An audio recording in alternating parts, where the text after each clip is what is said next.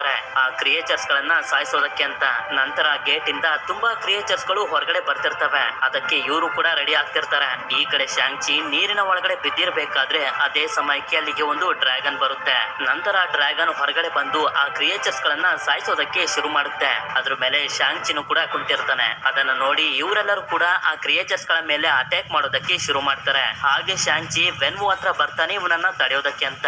ಅಮ್ಮ ಅಲ್ಲಿಲ್ಲ ಅಂತ ಎಷ್ಟೇ ಹೇಳಿದ್ರು ಕೂಡ ಇವನು ಕೇಳೋದೇ ಇಲ್ಲ. ಅದಕ್ಕೆ ಇವನು ಫೈಟ್ ಮಾಡೋದಕ್ಕೆ ರೆಡಿ ಆಗ್ತಾನೆ. ನಂತರ ಇವರ ಮಧ್ಯೆ ಫೈಟ್ ಶುರು ಆಗೇ ಹೋಗುತ್ತೆ. ಹೀಗೆ ಇವರಿಬ್ರು ಫೈಟ್ ಅನ್ನ ಮಾಡ್ತಿರ್ಬೇಕಾದ್ರೆ ವೆನ್ವು 5 ರಿಂಗ್ಸ್ ಗಳಿಂದ ಅಟ್ಯಾಕ್ ಮಾಡ್ತಾನೆ. ಆದ್ರೆ ಆ ರಿಂಗ್ಸ್ ಗಳು ಶಾಂಗ್ಚಿ ಕಂಟ್ರೋಲ್ ಗೆ ಬಂದು ಆರೆಂಜ್ ಕಲರ್ ಅಲ್ಲಿ ಗ್ಲೋ ಆಗೋದಕ್ಕೆ ಶುರು ಆಗ್ತವೆ. ಇದೆಲ್ಲ ಆಗ್ತಿರೋದು ಜಿಯಾಂಗ್ಲಿ ಶಾಂಗ್ಚಿಗೆ ಕುಂಫು ಹೇಳ್ಕೊಟ್ಟಿರೋದ್ರಿಂದ. ನಿಮ್ಗೆ ನೆನ್ಪಿರ್ಬೋದು, ಜಿಯಾಂಗ್ಲಿ ಕೂಡ 10 ರಿಂಗ್ಸ್ ಅನ್ನ ಕಂಟ್ರೋಲ್ ಗೆ ತಗೊಂಡಾಗ ಇದೇ ರೀತಿ ಆರೆಂಜ್ ಕಲರ್ ಅಲ್ಲಿ ಗ್ಲೋ ಆಗ್ತಿತ್ತು. ಇದರಿಂದ ಇವರಿಬ್ರು ಕೂಡ 5 ರಿಂಗ್ಸ್ ಗಳಿಂದ ಫೈಟ್ ಮಾಡೋದಕ್ಕೆ ಶುರು ಮಾಡ್ತಾರೆ. ಫೈಟ್ ಮಾಡ್ತಾ ಮಾಡ್ತಾ ಮತ್ತೈದು ರಿಂಗ್ಸ್ ಗಳಿಂದ ವೆನ್ವು ಅಟ್ಯಾಕ್ ಮಾಡ್ತಾನೆ. 10 ರಿಂಗ್ಸ್ ಗಳು ಕೂಡ ಶಾಂಗ್ಚಿ ಕಂಟ್ರೋಲ್ ಗೆ ಬಂದ್ಬಿಟ್ಟಿರ್ತವೆ. ಆದ್ರೆ ಇವನು ವೆನ್ವು ಮೇಲೆ ಅಟ್ಯಾಕ್ ಮಾಡೋದಕ್ಕೆ ಹೋಗೋದಿಲ್ಲ. ಅದನ್ನ ಬಿಸಾಕಿ ಹೇಳ್ತಾನೆ, ಪ್ಲೀಸ್ ಈ ರೀತಿ ಮಾಡಬೇಡಿ, ನನ್ಗೆ ನಿಮ್ನು ಕೂಡ ಕಳ್ಕೊಳ್ಳೋದಕ್ಕೆ ಇಷ್ಟ ಇಲ್ಲ ಅಂತ. ಅದೇ ಸಮಯಕ್ಕೆ ನೋಡ್ತಾರೆ, ಗೋಡೆನ ಹೊಡ್ಕೊಂಡು ಆ ಮಾನ್ಸ್ಟರ್ ಹೊರಗಡೆ ಬಂದ್ಬಿಡುತ್ತೆ. ಅದು ಅಟ್ಯಾಕ್ ಮಾಡೋದಕ್ಕೆ ಬಂದಾಗ ಶಾಂಗ್ಚಿನ ಕಾಪಾಡ್ತಾನೆ. ಆದ್ರೆ ಅದು ವೆನ್ವುನೇ ಇಟ್ಕೊಂಡು ಅವನ ಆತ್ಮನೆ ಹೀರ್ಕೊಳ್ತಿರುತ್ತೆ. ಅದಕ್ಕೆ ಇವನು 10 ರಿಂಗ್ಸ್ ಅನ್ನ ಶಾಂಗ್ಚಿಗೆ ಕೊಟ್ಬಿಡ್ತಾನೆ. ಹಾಗೆ ಅದು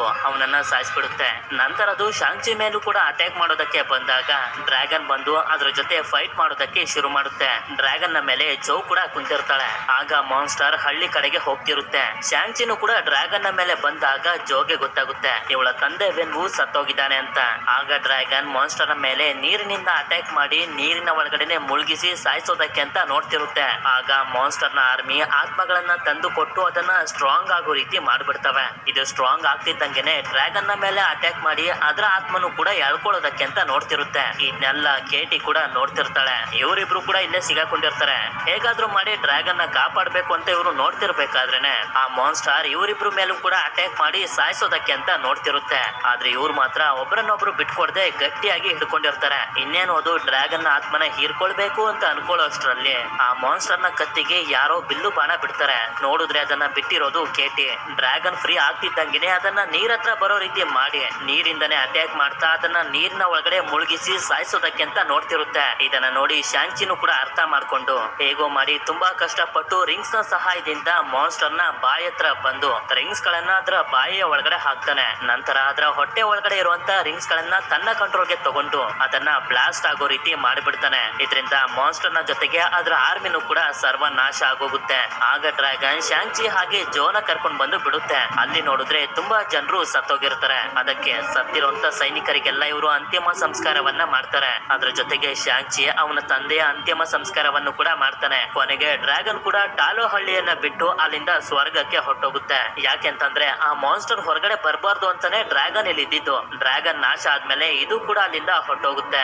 ನಂತರ ನಮ್ಗೆ ಮುಂದಿನ ಸೀನ್ ನಲ್ಲಿ ತೋರಿಸ್ತಾರೆ ಇಲ್ಲಿವರೆಗೂ ಏನೇನ್ ನಡೀತು ಅಂತ. ಇವರಿಬ್ರು ಕುತ್ಕೊಂಡು ಇವರ ಫ್ರೆಂಡ್ಸ್ ಗಳಿಗೆ ಹೇಳ್ತಿರ್ತಾರೆ. ಆದ್ರೆ ಅವ್ರು ಮಾತ್ರ ಇವರ ಮಾತನ್ನೇ ನಂಬ್ತಿರೋದಿಲ್ಲ. ಇವರಿಗೆಲ್ಲೋ ಹುಚ್ಚಿಡ್ದಿರ್ಬೋದು ಅಂತ ಅನ್ಕೋತಿರ್ತಾರೆ. ಅದೇ ಸಮಯಕ್ಕೆ ಒಂದು ಪೋರ್ಟಲ್ ಅನ್ನು ಓಪನ್ ಮಾಡಿ ನಾವ್ ಈಗಾಗ್ಲೇ ನೋಡಿರೋಂತ ವಾಂಗ್ ಬಂದು ಶಾಂಗ್ಚಿ ಹಾಗೆ ಕೇಟಿನ ನನ್ ಜೊತೆ ಬನ್ನಿ ಅಂತ ಹೇಳಿ ಕರ್ಕೊಂಡು ಹೋಗ್ತಾನೆ. ನಂತರ ನಮ್ಗೆ ತೋರಿಸ್ತಾರೆ ಇವರೆಲ್ಲರೂ ಸೇರಿ ಆ ರಿಂಗ್ಸ್ ಎಲ್ಲಿಂದ ಬಂದಿರ್ಬೋದು ಅಂತ ಚೆಕ್ ಮಾಡ್ತಿರ್ತಾರೆ. ಯಾಕೆ ಅಂತಂದ್ರೆ ವೆನ್ವುಗೆ ಈ ರಿಂಗ್ಸ್ ಗಳು ಸಿಗೋಕ್ಕಿಂತ ಮುಂಚೆ ಇದನ್ನ ಯಾರು ಕ್ರಿಯೇಟ್ ಮಾಡಿದ್ದು ಈ ಪ್ರಪಂಚಕ್ಕೆ ಹೇಗ್ ಬಂತು ಅಂತ ಯಾರಿಗೂ ಕೂಡ ಗೊತ್ತಿರೋದಿಲ್ಲ. ಇಲ್ಲೇ ನಮ್ಗೆ ಹಲ್ಕ್ ಆಗಿ ಕ್ಯಾಪ್ಟನ್ ಮಾರ್ವಲ್ ನ ಕೂಡ ತೋರಿಸ್ತಾರೆ. ಮಾರ್ವಲ್ ಮೂವೀಸ್ ನ ನೀವೆಲ್ಲರೂ ನೋಡಿದ್ದೀರಾ ಅಂತಂದ್ರೆ ಇವರೆಲ್ಲರೂ ಯಾರು ಅಂತ ನಿಮ್ಗೆ ಗೊತ್ತೇ ಇರುತ್ತೆ. ಇವ್ರಿಗೂ ಕೂಡ ಈ ರಿಂಗ್ಸ್ ನ ಬಗ್ಗೆ ಏನು ಕೂಡ ಗೊತ್ತಿರೋದಿಲ್ಲ. ಆದ್ರೆ ಈ ರಿಂಗ್ಸ್ ಮಾತ್ರ ಯಾರಿಗೂ ಒಂದು ಸಿಗ್ನಲ್ ಅನ್ನ ಕಳಿಸ್ತಿರುತ್ತೆ. ಆ ಸಿಗ್ನಲ್ ಅನ್ನ ಯಾರು ಕಳಿಸ್ತಿದೆ ಅಂತ ತಿಳ್ಕೋಬೇಕು ಅಂತ ಇವರೆಲ್ಲರೂ ಡಿಸೈಡ್ ಮಾಡ್ತಾರೆ. ಹಾಗೆ ಶಾಂಗ್ಚಿನೂ ಕೂಡ ಅವೆಂಜರ್ಸ್ ನ ಟೀಮ್ ಗೆ ಸೇರಿಸ್ಕೋತಾರೆ. ಇಲ್ಲಿಗೆ ಈ ಮೂವಿ ಎಂಡ್ ಆಗುತ್ತೆ. ನಿಮ್ಗೆ ಗೊತ್ತಿದ್ರೆ ನನ್ಗೆ ಕಮೆಂಟ್ ಮಾಡಿ ತಿಳಿಸಿ ಈ ಮೂವಿ ಯಾವ ಸಿನಿಮ್ಯಾಟಿಕ್ ಯೂನಿವರ್ಸ್ ಅಂತ. ಸರಿ, ವಿಡಿಯೋ ಇಷ್ಟ ಆಗಿತ್ತು ಅಂತಂದ್ರೆ ಲೈಕ್ ಮಾಡಿ. ಸಿಗೋಣ ಮತ್ತೊಂದು ಅಮೇಜಿಂಗ್ ಆಗಿರುವಂತ ವಿಡಿಯೋದಲ್ಲಿ. Until then stay tune mister explainer Kannada. ನಾವಿವತ್ತು ನೋಡ್ತಾ ಇರೋದು ಎಂತ ಅದ್ಭುತವಾಗಿರುವಂತ ಮೂವಿ ಅಂತಂದ್ರೆ ಒಂದು ಭಯಂಕರವಾಗಿರುವಂತ ಕಾಡಿನಲ್ಲಿ ಮ್ಯಾಜಿಕಲ್ ಪ್ರಪಂಚ ಬಚ್ಚಿಟ್ಕೊಂಡಿರುತ್ತೆ. ಆದ್ರೆ ಆ ಪ್ರಪಂಚದಲ್ಲಿ ನಾವು ಯೋಚನೆ ಮಾಡೋದಕ್ಕೂ ಆಗುದಿಲ್ಲ ಅಂತ ಒಂದು ಕ್ರೂರ ಪ್ರಾಣಿ ಇರುತ್ತೆ. ಆಗ ಒಂದಷ್ಟು ಜನ ಆ ಪ್ರಪಂಚಕ್ಕೆ ಬಂದ್ಬಿಡ್ತಾರೆ. ಯಾಕ ಜನರಲ್ಲ ಇಂತ ಒಂದು ಜಾಗಕ್ಕೆ ಬಂದ್ರು, ಮುಂದೆ ಏನೆಲ್ಲ ಆಯ್ತು ಅಂತ ನೀವು ತಿಳ್ಕೊಬೇಕು ಅಂತಂದ್ರೆ ಈ ಮೂವಿನ ನನ್ನ ಜೊತೆ ಕೊನೆವರೆಗೂ ನೋಡ್ಬೇಕು. ಈ ಮೂವಿ ಹೆಸರು ಶಾಂಗ್ಚಿ ಅಂತ. ಈಗ ತುಂಬಾ ಟೈಮ್ ಅನ್ನ ವೇಸ್ಟ್ ಮಾಡದೆ ನಮ್ಮ ಮೈನ್ ಸ್ಟೋರಿ ಕಡೆಗೆ ಹೊರಟೋಗೋಣ.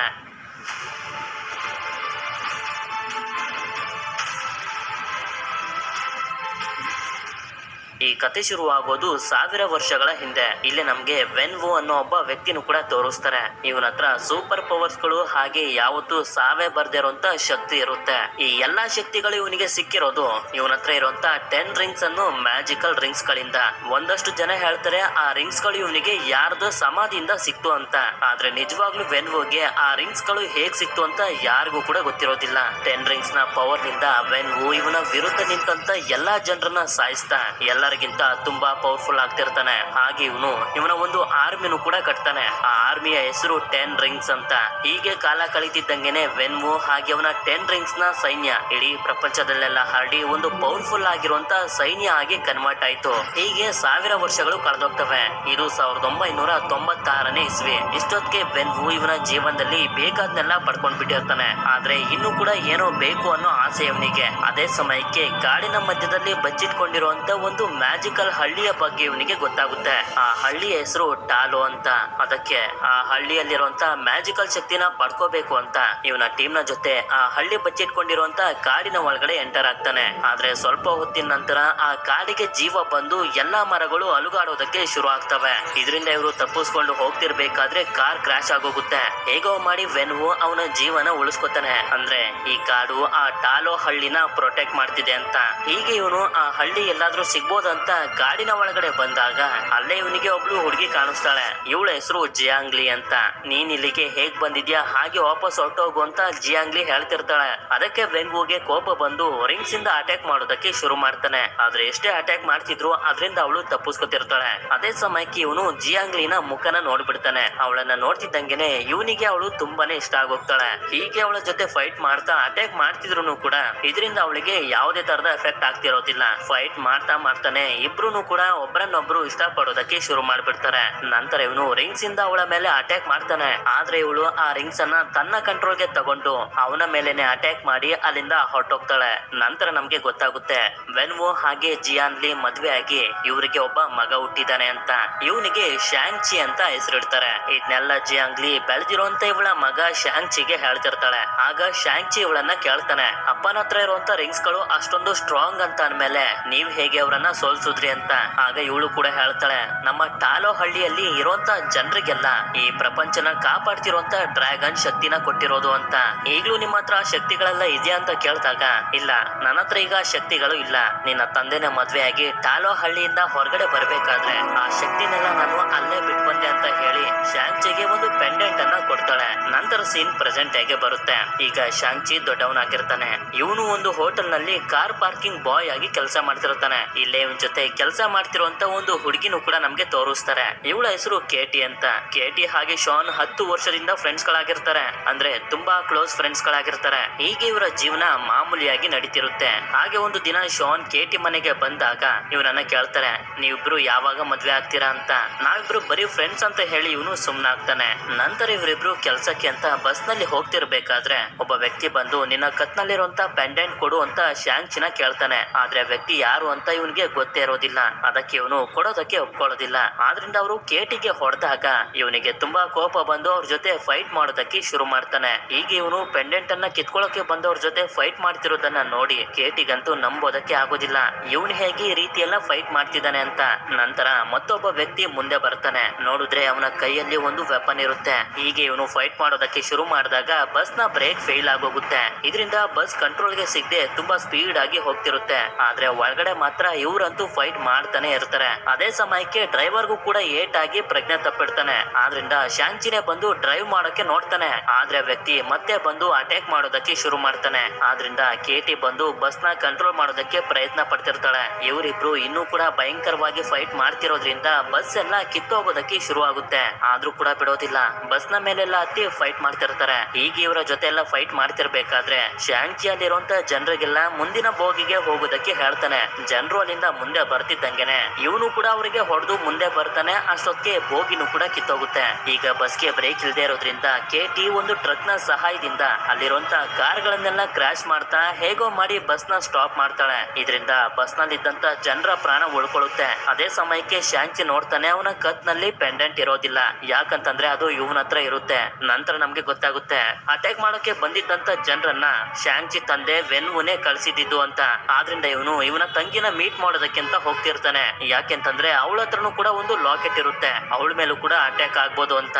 ಇಲ್ಲೆಲ್ಲ ಏನ್ ನಡೀತಿದೆ ಅಂತ ಕೇಟಿ ಕೇಳಿದಾಗ ಇವನು ಕೂಡ ಹೇಳ್ತಾ ಹೋಗ್ತಾನೆ. ಶಾಂಗ್ಚಿ ತಾಯಿ ತೀರ್ಕೊಂಡಾಗ ಅವನ ತಂದೆ ವೆನ್ವು ಇವನಿಗೆ ತುಂಬಾ ಕಷ್ಟವಾಗಿರುವಂತ ಕುಂಫು ಟ್ರೈನಿಂಗ್ ಎಲ್ಲ ಕೊಡೋದಕ್ಕೆ ಶುರು ಮಾಡ್ತಾನೆ. ಹೀಗೆ ಟ್ರೈನಿಂಗ್ ಮಾಡ್ತಾ ಮಾಡ್ತಾ ಇವನಿಗೆ 16 ವರ್ಷ ಆಗೋಗುತ್ತೆ. ಇವನು ಟ್ರೈನಿಂಗ್ ಮಾಡ್ತಿರೋದನ್ನ ನೋಡಿ ಇವನ ತಂಗಿ ಜೋ ಕೂಡ ಕುಂಫು ಕಲಿಯೋದಕ್ಕೆ ಶುರು ಮಾಡಿರ್ತಾಳೆ. ಹೀಗೆ ಇವನು ಕುಂಫು ಅಲ್ಲಿ ಒಬ್ಬ ಒಳ್ಳೆ ಫೈಟರ್ ಆದಾಗ ಇವನ ತಂದೆ ಒಂದು ಚಾಕುನ ಕೊಟ್ಟು ಇವನ ತಾಯಿಯನ್ನ ಸಾಯಿಸಿರುವಂತ ಜನರನ್ನ ಸಾಯಿಸ್ಬಿಟ್ ಬಾ ಅಂತ ಕಳಿಸ್ತಾನೆ.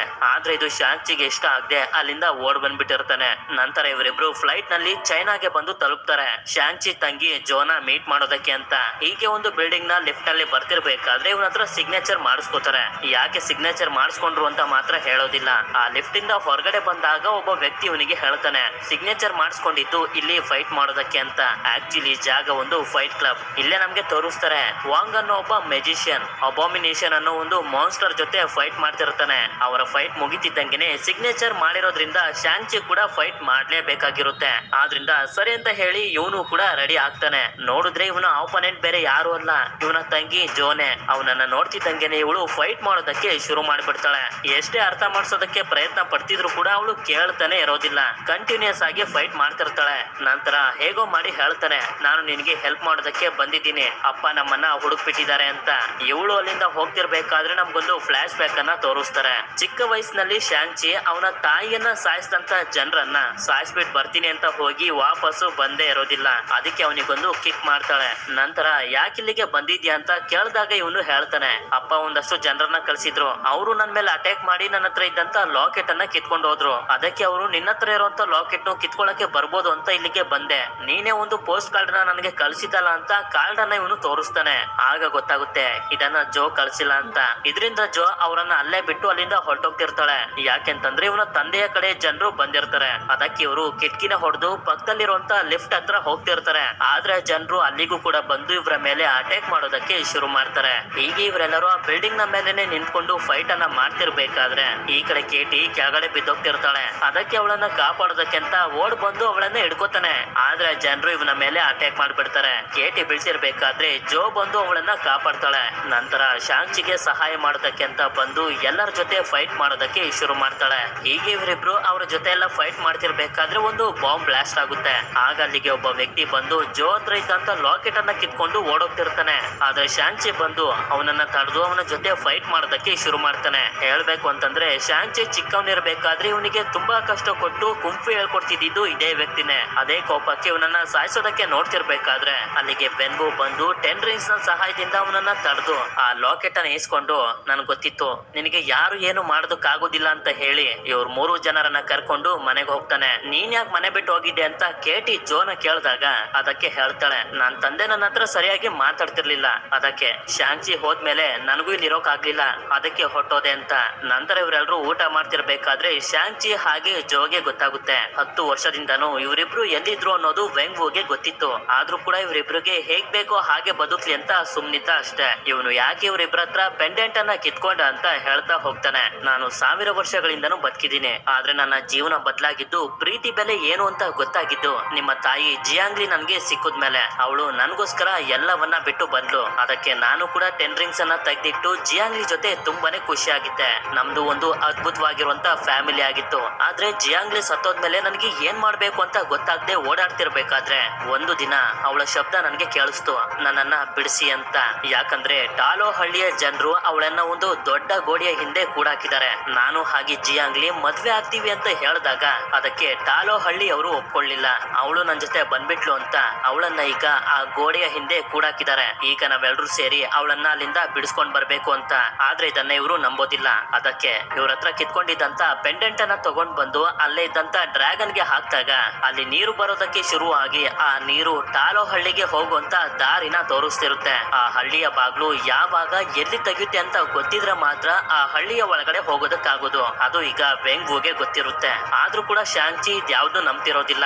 ಯಾಕೆಂತಂದ್ರೆ ಇವನ ತಾಯಿ ಸತ್ತಿರೋದನ್ನ ಇವನು ಕಣ್ಣಾರೆ ನೋಡಿರ್ತಾನೆ. ಅದಕ್ಕೆ ಇವರಿಬ್ರಿಗೂ ಹೊಡೆದು ಬಂದಿ ಮಾಡೋದಕ್ಕೆ ಅಂತ ವೆಂಗ್ವು ಹೇಳ್ತಾನೆ. ಇವ್ರ 3 ಜನರನ್ನ ಕೂಡಾಕಿರುವಂತ ಜೈಲ್ ನಲ್ಲಿ ಏನೋ ಶಬ್ದ ಬರ್ತಿರುತ್ತೆ. ಅದಕ್ಕೆ ಮುಂದೆ ಬಂದು ನೋಡಿದ್ರೆ ಅಲ್ಲಿ ಡ್ರೈವರ್ ಅನ್ನೋ ಒಬ್ಬ ಡ್ರಾಮಾ ಆರ್ಟಿಸ್ಟ್ ಇರ್ತಾನೆ. ಇವನು ಹೊರಗಡೆ ನಾನೇ 10 ರಿಂಗ್ಸ್ ಆರ್ಮಿಯ ಲೀಡರ್ ಅಂತ ಹೇಳ್ಕೊಂಡು ಓಡಾಡ್ತಿದ್ದ. ಅದಕ್ಕೆ ವೆನ್ವು ಇವನನ್ನ ಇಲ್ಲಿಗೆ ಕರ್ಕೊಂಡ್ ಬಂದು ಕೂಡಾಕಿರೋದು. ಇರೋದು. ಅದೇ ಸಮಯಕ್ಕೆ ಅಲ್ಲಿಗೆ ಮುಖ ಇಲ್ದೇ ಇರುವಂತ ಒಂದು ಕ್ರಿಯೇಚರ್ ಬರುತ್ತೆ. ಇದರ ಭಾಷೆನ ಟ್ರೇವರ್ ಕಲ್ತ್ಕೊಬಿಟ್ಟಿರ್ತಾನೆ. ಹಾಗೆ ಅದಕ್ಕೆ ಮಾರಿಸ್ ಅಂತಾನು ಕೂಡ ಹೆಸರಿಟ್ಟಿರ್ತಾನೆ. ಟಾಲೋ ವಿಲೇಜ್ ಅನ್ನ ಹುಡ್ಕೊಂಡು ಹೋಗಿರ್ಬೇಕಾದ್ರೆ ವೆನ್ವೋಗೆ ಈ ಕ್ರಿಯೇಚರ್ ಸಿಕ್ಕಿರುತ್ತೆ. ಅದಕ್ಕೆ ಅದು ಕೇಳ್ತಿರುತ್ತೆ, ನನ್ನ ಮತ್ತೆ ಟಾಲೋ ವಿಲೇಜ್ ಗೆ ಕರ್ಕೊಂಡು ಹೋಗಿ ಅಂತ.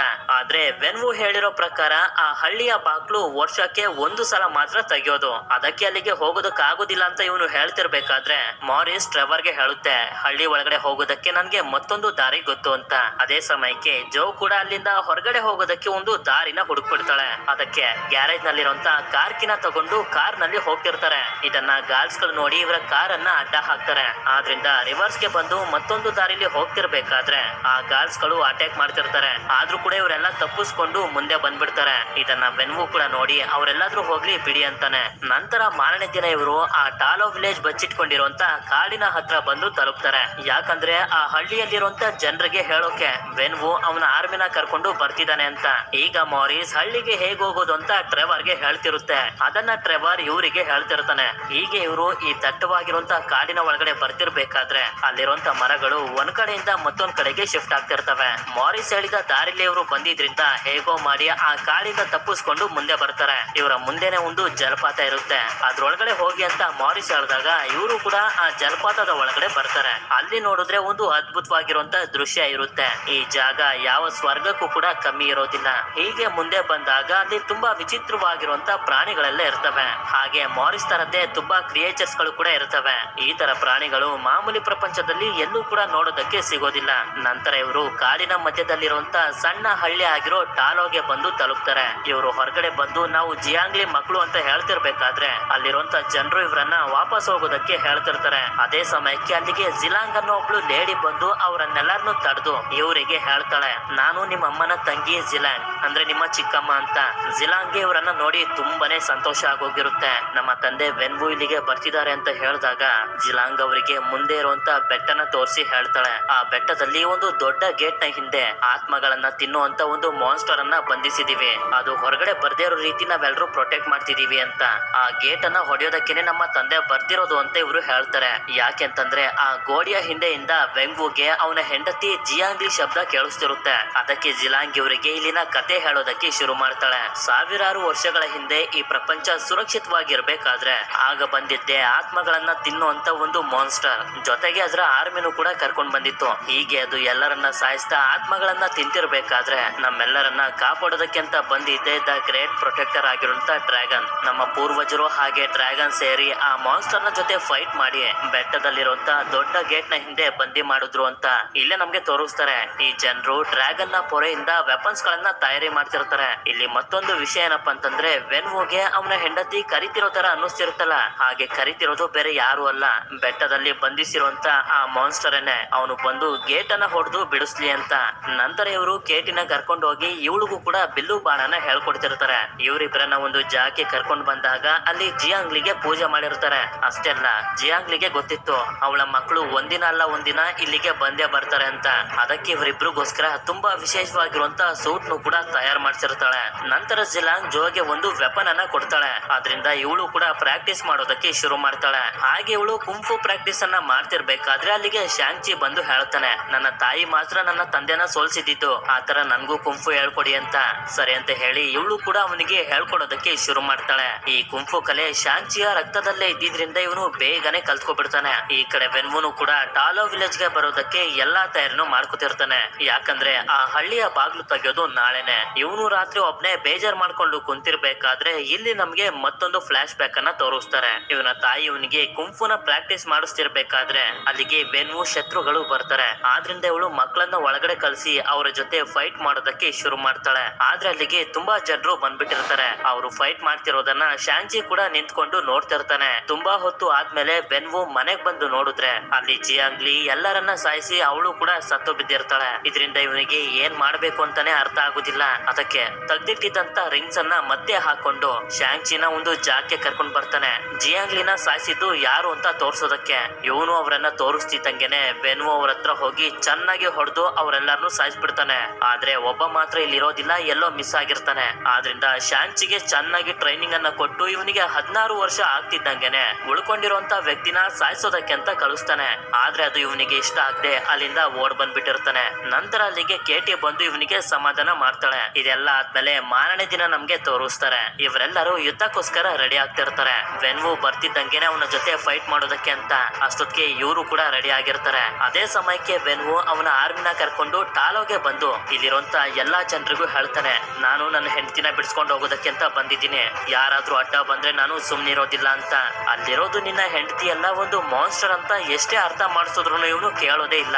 ಇವರೆಲ್ಲರನ್ನ ಸಾಯಿಸೋದಕ್ಕೆ ಅವನ ಆರ್ಮಿಗೆ ಹೇಳ್ತಾನೆ. ಇದರಿಂದ ಟಾಲೋದ ಜನರು ಹಾಗೆ ವೆನ್ವುನ 10 ರಿಂಗ್ಸ್ ಆರ್ಮಿ ಮಧ್ಯೆ ಒಂದು ದೊಡ್ಡ ಯುದ್ಧನೇ ಶುರು ಆಗೋಗುತ್ತೆ. ಹೀಗೆ ಇವರೆಲ್ಲ ಫೈಟ್ ಅನ್ನ ಮಾಡ್ತಿರ್ಬೇಕಾದ್ರೆ ವೆನ್ವು ಅಲ್ಲಿಂದ ಒಂದು ಮನೆಯ ಒಳಗಡೆ ಹೋಗ್ತಿರ್ತಾನೆ. ಅದಕ್ಕೆ ಶಾಂಚಿನು ಕೂಡ ಅಲ್ಲಿಗೆ ಬರ್ತಾನೆ, ಇವನು ಬೆಟ್ಟದ ಹತ್ರ ಹೋಗದೇ ಇರೋ ರೀತಿ ತಡೆಯೋದಕ್ಕೆ ಅಂತ. ಆಗ ವೆನ್ವು ಇವನಿಗೆ ಹೊಡೆದು ಹೇಳ್ತಾನೆ, ನೀನು ಜೀವನ ಪೂರ್ತಿ ತಲೆ ಮರೆಸ್ಕೊಂಡು ಒಬ್ಬ ಹೇಡಿ ತರ ಬದುಕಿದ್ಯಾ, ಈಗ ನನ್ನೂ ಕೂಡ ತಡೆಯೋದಕ್ಕೆ ಬರ್ತಿದ್ಯಾ ಅಂತ ಹೇಳಿ ಫೈಟ್ ಮಾಡ್ತಿರ್ತಾನೆ. ಆಗ ಶಾಂಚಿನು ಕೂಡ ಹೇಳ್ತಾನೆ, ನನಗೆ 16 ವರ್ಷ ಇರ್ಬೇಕಾದ್ರೇನೆ ನನ್ನ ಒಬ್ಬ ಕೊಲೆಗಾರನಾಗೆ ಮಾಡೋದಕ್ಕೆ ನೋಡಿದ್ರೆ ನಿಮ್ಗೆ ನನ್ನ ಹಾಗೆ ನನ್ನ ತಂಗಿಯ ಚಿಂತೆನೆ ಇರ್ಲಿಲ್ಲ. ನಿಮ್ಗೆ ನಿಮ್ಮ ರಿಂಗ್ಸ್ ಗಳೇ ಹೆಚ್ಚಾಗಿತ್ತು ಅಂತ. ಆದ್ರೆ ಇವನು ಶಾಂಚಿಗೆ ಹೊಡೆದು ನೀರಿನ ಒಳಗಡೆ ಹಾಕಿ ಇಲ್ಲಿಂದ ಬೆಟ್ಟದ ಮೇಲೆ ಬರ್ತಾನೆ, ಆ ದೊಡ್ಡ ಗೇಟ್ ಹತ್ರ. ಈ ಗೇಟ್ ನ ಒಳಗಡೆಯಿಂದ ಜಿಯಾಂಗ್ಲಿ ನನ್ನನ್ನ ಬಿಡಿಸು ಅನ್ನೋ ರೀತಿ ಇವನಿಗೆ ಕೇಳಿಸ್ತಿರುತ್ತೆ. ಅದಕ್ಕೆ ಇವನು ಹೊಡೆಯೋದಕ್ಕೆ ಶುರು ಮಾಡ್ತಾನೆ. ಹೀಗೆ ಇವನು ಹೊಡೆದಾಗ ಕಿಂಡಿಯಿಂದ ಒಂದು ಕ್ರಿಯೇಚರ್ ಹೊರಗಡೆ ಬರುತ್ತೆ. ಇವರೆಲ್ಲ ಫೈಟ್ ಮಾಡ್ತಿರ್ಬೇಕಾದ್ರೆ ಜಿಲಾಂಗ್ ನೋಡ್ತಾಳೆ, ಆ ಮಾನ್ಸ್ಟರ್ ನ ಆರ್ಮಿ ರಿಲೀಸ್ ಆಗಿ ಈ ಕಡೆನೆ ಬರ್ತಿರ್ತವೆ. ಅದೇ ಸಮಯಕ್ಕೆ ಆ ಕ್ರಿಯೇಚರ್ ಬಂದು ಒಬ್ಬ ವ್ಯಕ್ತಿಯ ಆತ್ಮನ ಹೀರಿ ಆ ಆತ್ಮನ ತಗೊಂಡೋಗಿ ಗೇಟ್ ನ ಒಳಗಡೆ ಬಿಡುತ್ತೆ. ಈ ಕ್ರಿಯೇಚರ್ಸ್ ಗಳನ್ನ ಸಾಯಿಸೋದಕ್ಕಾಗೋದು ಟಾಲೋ ಜನರ ವೆಪನ್ಸ್ ಗಳಿಂದ ಮಾತ್ರ. ಅದಕ್ಕೆ 10 ರಿಂಗ್ಸ್ ನ ಆರ್ಮಿ ಹಾಗೆ ಟಾಲೋದ ಜನರು ಒಂದಾಗ್ತಾರೆ ಆ ಕ್ರಿಯೇಚರ್ಸ್ ಗಳನ್ನ ಸಾಯಿಸೋದಕ್ಕೆ ಅಂತ. ನಂತರ ಗೇಟ್ ಇಂದ ತುಂಬಾ ಕ್ರಿಯೇಚರ್ಸ್ ಗಳು ಹೊರಗಡೆ ಬರ್ತಿರ್ತವೆ. ಅದಕ್ಕೆ ಇವರು ಕೂಡ ರೆಡಿ ಆಗ್ತಿರ್ತಾರೆ. ಈ ಕಡೆ ಶಾಂಗ್ಚಿ ನೀರಿನ ಒಳಗಡೆ ಬಿದ್ದಿರ್ಬೇಕಾದ್ರೆ ಅದೇ ಸಮಯಕ್ಕೆ ಅಲ್ಲಿಗೆ ಒಂದು ಡ್ರ್ಯಾಗನ್ ಬರುತ್ತೆ. ನಂತರ ಡ್ರ್ಯಾಗನ್ ಹೊರಗಡೆ ಬಂದು ಆ ಕ್ರಿಯೇಚರ್ಸ್ ಗಳನ್ನ ಸಾಯಿಸೋದಕ್ಕೆ ಶುರು ಮಾಡುತ್ತೆ. ಅದ್ರ ಮೇಲೆ ಶಾಂಗ್ಚಿನು ಕೂಡ ಕುಂತಿರ್ತಾನೆ. ಅದನ್ನ ನೋಡಿ ಇವರೆಲ್ಲರೂ ಕೂಡ ಆ ಕ್ರಿಯೇಚರ್ಸ್ ಗಳ ಮೇಲೆ ಅಟ್ಯಾಕ್ ಮಾಡೋದಕ್ಕೆ ಶುರು ಮಾಡ್ತಾರೆ. ಹಾಗೆ ಶಾಂಗ್ಚಿ ವೆನ್ವು ಹತ್ರ ಬರ್ತಾನೆ ಇವನನ್ನ ತಡೆಯೋದಕ್ಕೆ ಅಂತ. ಅಮ್ಮ ಅಲ್ಲಿಲ್ಲ ಅಂತ ಎಷ್ಟೇ ಹೇಳಿದ್ರು ಕೂಡ ಇವನು ಕೇಳೋದೇ ಇಲ್ಲ. ಅದಕ್ಕೆ ಇವನು ಫೈಟ್ ಮಾಡೋದಕ್ಕೆ ರೆಡಿ ಆಗ್ತಾನೆ. ನಂತರ ಇವರ ಮಧ್ಯೆ ಫೈಟ್ ಶುರು ಆಗೇ ಹೋಗುತ್ತೆ. ಹೀಗೆ ಇವರಿಬ್ರು ಫೈಟ್ ಅನ್ನ ಮಾಡ್ತಿರ್ಬೇಕಾದ್ರೆ ವೆನ್ವು 5 ರಿಂಗ್ಸ್ ಗಳಿಂದ ಅಟ್ಯಾಕ್ ಮಾಡ್ತಾನೆ. ಆದ್ರೆ ಆ ರಿಂಗ್ಸ್ ಗಳು ಶಾಂಗ್ಚಿ ಕಂಟ್ರೋಲ್ ಗೆ ಬಂದು ಆರೆಂಜ್ ಕಲರ್ ಅಲ್ಲಿ ಗ್ಲೋ ಆಗೋದಕ್ಕೆ ಶುರು ಆಗ್ತವೆ. ಇದೆಲ್ಲ ಆಗ್ತಿರೋದು ಜಿಯಾಂಗ್ಲಿ ಶಾಂಗ್ಚಿಗೆ ಕುಂಫು ಹೇಳ್ಕೊಟ್ಟಿರೋದ್ರಿಂದ. ನಿಮ್ಗೆ ನೆನ್ಪಿರ್ಬೋದು, ಜಿಯಾಂಗ್ಲಿ ಕೂಡ 10 ರಿಂಗ್ಸ್ ಅನ್ನ ಕಂಟ್ರೋಲ್ ಗೆ ತಗೊಂಡಾಗ ಇದೇ ರೀತಿ ಆರೆಂಜ್ ಕಲರ್ ಅಲ್ಲಿ ಗ್ಲೋ ಆಗ್ತಿತ್ತು. ಇದರಿಂದ ಇವರಿಬ್ರು ಕೂಡ 5 ರಿಂಗ್ಸ್ ಗಳಿಂದ ಫೈಟ್ ಮಾಡೋದಕ್ಕೆ ಶುರು ಮಾಡ್ತಾರೆ. ಫೈಟ್ ಮಾಡ್ತಾ ಮಾಡ್ತಾ ಮತ್ತೈದು ರಿಂಗ್ಸ್ ಗಳಿಂದ ವೆನ್ವು ಅಟ್ಯಾಕ್ ಮಾಡ್ತಾನೆ. 10 ರಿಂಗ್ಸ್ ಗಳು ಕೂಡ ಶಾಂಗ್ಚಿ ಕಂಟ್ರೋಲ್ ಗೆ ಬಂದ್ಬಿಟ್ಟಿರ್ತವೆ. ಆದ್ರೆ ಇವನು ವೆನ್ವು ಮೇಲೆ ಅಟ್ಯಾಕ್ ಮಾಡೋದಕ್ಕೆ ಹೋಗೋದಿಲ್ಲ. ಅದನ್ನ ಬಿಸಾಕಿ ಹೇಳ್ತಾನೆ, ಪ್ಲೀಸ್ ಈ ರೀತಿ ಮಾಡಬೇಡಿ, ನನ್ಗೆ ನಿಮ್ನು ಕೂಡ ಕಳ್ಕೊಳ್ಳೋದಕ್ಕೆ ಇಷ್ಟ ಇಲ್ಲ ಅಂತ. ಅದೇ ಸಮಯಕ್ಕೆ ನೋಡ್ತಾರೆ, ಗೋಡೆನ ಹೊಡ್ಕೊಂಡು ಆ ಮಾನ್ಸ್ಟರ್ ಹೊರಗಡೆ ಬಂದ್ಬಿಡುತ್ತೆ. ಅದು ಅಟ್ಯಾಕ್ ಮಾಡೋದಕ್ಕೆ ಬಂದಾಗ ಶಾಂಗ್ಚಿನ ಕಾಪಾಡ್ತಾನೆ. ಆದ್ರೆ ಅದು ವೆನ್ವುನೇ ಇಟ್ಕೊಂಡು ಅವನ ಆತ್ಮನ ಹೀರ್ಕೊಳ್ತಿರುತ್ತೆ. ಅದಕ್ಕೆ ಇವನು 10 ರಿಂಗ್ಸ್ ಅನ್ನ ಶಾಂಗ್ಚಿಗೆ ಕೊಟ್ಬಿಡ್ತಾನೆ. ಹಾಗೆ ಅದು ಅವನನ್ನ ಸಾಯಿಸ್ಬಿಡುತ್ತೆ. ನಂತರ ಅದು ಶಾಂಗ್ಚಿ ಮೇಲೂ ಕೂಡ ಅಟ್ಯಾಕ್ ಮಾಡೋದಕ್ಕೆ ಬಂದಾಗ ಡ್ರ್ಯಾಗನ್ ಬಂದು ಅದ್ರ ಜೊತೆ ಫೈಟ್ ಮಾಡೋದಕ್ಕೆ ಶುರು ಮಾಡುತ್ತೆ. ಡ್ರ್ಯಾಗನ್ ನ ಮೇಲೆ ಚೌ ಕೂಡ ಕುಂತಿರ್ತಾಳೆ. ಆಗ ಮಾನ್ಸ್ಟರ್ ಹಳ್ಳಿ ಕಡೆಗೆ ಹೋಗ್ತಿರುತ್ತೆ. ಶಾಂಗ್ಚಿನೂ ಕೂಡ ಡ್ರ್ಯಾಗನ್ ನ ಮೇಲೆ ಬಂದಾಗ ಜೋಗೆ ಗೊತ್ತಾಗುತ್ತೆ ಇವಳ ತಂದೆ ವೆನ್ವು ಸತ್ತೋಗಿದ್ದಾನೆ ಅಂತ. ಆಗ ಡ್ರ್ಯಾಗನ್ ಮಾನ್ಸ್ಟರ್ ನ ಮೇಲೆ ನೀರಿನಿಂದ ಅಟ್ಯಾಕ್ ಮಾಡಿ ನೀರಿನ ಒಳಗಡೆನೆ ಮುಳುಗಿಸಿ ಸಾಯಿಸೋದಕ್ಕೆ ಅಂತ ನೋಡ್ತಿರುತ್ತೆ. ಆಗ ಮಾನ್ಸ್ಟರ್ ನ ಆರ್ಮಿ ಆತ್ಮಗಳನ್ನ ತಂದು ಕೊಟ್ಟು ಅದನ್ನ ಸ್ಟ್ರಾಂಗ್ ಆಗೋ ರೀತಿ ಮಾಡ್ಬಿಡ್ತವೆ. ಇದು ಸ್ಟ್ರಾಂಗ್ ಆಗ್ತಿದ್ದಂಗೆನೆ ಡ್ರ್ಯಾಗನ್ ನ ಮೇಲೆ ಅಟ್ಯಾಕ್ ಮಾಡಿ ಅದರ ಆತ್ಮನು ಕೂಡ ಎಳ್ಕೊಳ್ಳೋದಕ್ಕೆ ಅಂತ ನೋಡ್ತಿರುತ್ತೆ. ಇದನ್ನೆಲ್ಲ ಕೇಟಿ ಕೂಡ ನೋಡ್ತಿರ್ತಾಳೆ. ಇವರಿಬ್ರು ಕೂಡ ಇಲ್ಲೇ ಸಿಗಾಕೊಂಡಿರ್ತಾರೆ. ಹೇಗಾದ್ರೂ ಮಾಡಿ ಡ್ರ್ಯಾಗನ್ ನ ಕಾಪಾಡ್ಬೇಕು ಅಂತ ಇವರು ನೋಡ್ತಿರ್ಬೇಕಾದ್ರೇನೆ ಆ ಮಾನ್ಸ್ಟರ್ ಇವರಿಬ್ರು ಮೇಲೂ ಕೂಡ ಅಟ್ಯಾಕ್ ಮಾಡಿ ಸಾಯಿಸೋದಕ್ಕೆ ಅಂತ ನೋಡ್ತಿರುತ್ತೆ. ಆದ್ರೆ ಇವ್ರು ಮಾತ್ರ ಒಬ್ರನ್ನೊಬ್ರು ಬಿಟ್ಕೊಡದೆ ಗಟ್ಟಿಯಾಗಿ ಹಿಡ್ಕೊಂಡಿರ್ತಾರೆ. ಇನ್ನೇನು ಅದು ಡ್ರ್ಯಾಗನ್ ನ ಆತ್ಮನ ಹೀರ್ಕೊಳ್ಬೇಕು ಅಂತ ಅನ್ಕೊಳ್ಳೋ ಅಷ್ಟ್ರಲ್ಲಿ ಆ ಮಾನ್ಸ್ಟರ್ ನ ಕತ್ತಿಗೆ ಯಾರೋ ಬಿಲ್ಲು ಬಾಣ ಬಿಡ್ತಾರೆ. ನೋಡಿದ್ರೆ ಅದನ್ನ ಬಿಟ್ಟಿರೋದು ಕೇಟಿ.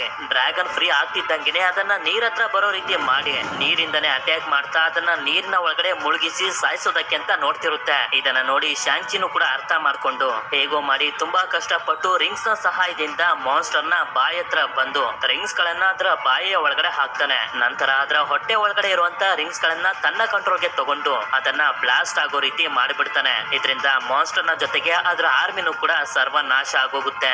ಆಗ ಡ್ರ್ಯಾಗನ್ ಶಾಂಗ್ಚಿ ಹಾಗೆ ಜೋನ ಕರ್ಕೊಂಡ್ ಬಂದು ಬಿಡುತ್ತೆ. ಅಲ್ಲಿ ನೋಡಿದ್ರೆ ತುಂಬಾ ಜನರು ಸತ್ತೋಗಿರ್ತಾರೆ. ಅದಕ್ಕೆ ಸತ್ತಿರುವಂತ ಸೈನಿಕರಿಗೆಲ್ಲ ಇವರು ಅಂತಿಮ ಸಂಸ್ಕಾರವನ್ನ ಮಾಡ್ತಾರೆ. ಅದ್ರ ಜೊತೆಗೆ ಶಾಂಗ್ಚಿ ಅವನ ತಂದೆಯ ಅಂತಿಮ ಸಂಸ್ಕಾರವನ್ನು ಕೂಡ ಮಾಡ್ತಾನೆ. ಕೊನೆಗೆ ಡ್ರ್ಯಾಗನ್ ಕೂಡ ಟಾಲೋ ಹಳ್ಳಿಯನ್ನ ಬಿಟ್ಟು ಅಲ್ಲಿಂದ ಸ್ವರ್ಗಕ್ಕೆ ಹೊಟ್ಟೋಗುತ್ತೆ. ಯಾಕೆಂತಂದ್ರೆ ಆ ಮಾನ್ಸ್ಟರ್ ಹೊರಗಡೆ ಬರಬಾರ್ದು ಅಂತಾನೆ ಡ್ರ್ಯಾಗನ್ ಇಲ್ಲಿ ಇದ್ದಿದ್ದು. ಡ್ರ್ಯಾಗನ್ ನಾಶ ಆದ್ಮೇಲೆ ಇದು ಕೂಡ ಅಲ್ಲಿಂದ ಹೊಟ್ಟೋಗುತ್ತೆ.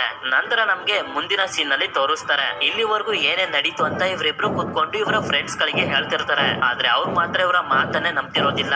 ಇವರಿಗೆಲ್ಲೋ ಹುಚ್ಚಿಡ್ತಿರ್ಬೋದು ಅಂತ ಅನ್ಕೋತಿರ್ತಾರೆ. ಅದೇ ಸಮಯಕ್ಕೆ ಒಂದು ಪೋರ್ಟಲ್ ಅನ್ನು ಓಪನ್ ಮಾಡಿ ನಾವ್ ಈಗಾಗ್ಲೇ ನೋಡಿರೋಂತ ವಾಂಗ್ ಬಂದು ಶಾಂಗ್ಚಿ ಹಾಗೆ ಕೇಟಿನ ನನ್ ಜೊತೆ ಬನ್ನಿ ಅಂತ ಹೇಳಿ ಕರ್ಕೊಂಡು ಹೋಗ್ತಾನೆ. ನಂತರ ನಮ್ಗೆ ತೋರಿಸ್ತಾರೆ ಇವರೆಲ್ಲರೂ ಸೇರಿ ಆ ರಿಂಗ್ಸ್ ಎಲ್ಲಿಂದ ಬಂದಿರ್ಬೋದು ಅಂತ ಚೆಕ್ ಮಾಡ್ತಿರ್ತಾರೆ. ಯಾಕೆ ಅಂತಂದ್ರೆ ವೆನ್ವೋಗೆ ಈ ರಿಂಗ್ಸ್ ಗಳು ಸಿಗೋಕ್ಕಿಂತ ಮುಂಚೆ ಇದನ್ನ ಯಾರು ಕ್ರಿಯೇಟ್ ಮಾಡಿದ್ದು, ಈ ಪ್ರಪಂಚಕ್ಕೆ ಹೇಗ್ ಬಂತು ಅಂತ ಯಾರಿಗೂ ಕೂಡ ಗೊತ್ತಿರೋದಿಲ್ಲ. ಇಲ್ಲೇ ನಮ್ಗೆ ಹಲ್ಕ್ ಆಗಿ ಕ್ಯಾಪ್ಟನ್ ಮಾರ್ವಲ್ ನ ಕೂಡ ತೋರಿಸ್ತಾರೆ. ಮಾರ್ವಲ್ ಮೂವೀಸ್ ನ ನೀವೆಲ್ಲರೂ ನೋಡಿದ್ದೀರಾ ಅಂತಂದ್ರೆ ಇವರೆಲ್ಲರೂ ಯಾರು ಅಂತ ನಿಮ್ಗೆ ಗೊತ್ತೇ ಇರುತ್ತೆ. ಇವ್ರಿಗೂ ಕೂಡ ಈ ರಿಂಗ್ಸ್ ನ ಬಗ್ಗೆ ಏನು ಕೂಡ ಗೊತ್ತಿರೋದಿಲ್ಲ.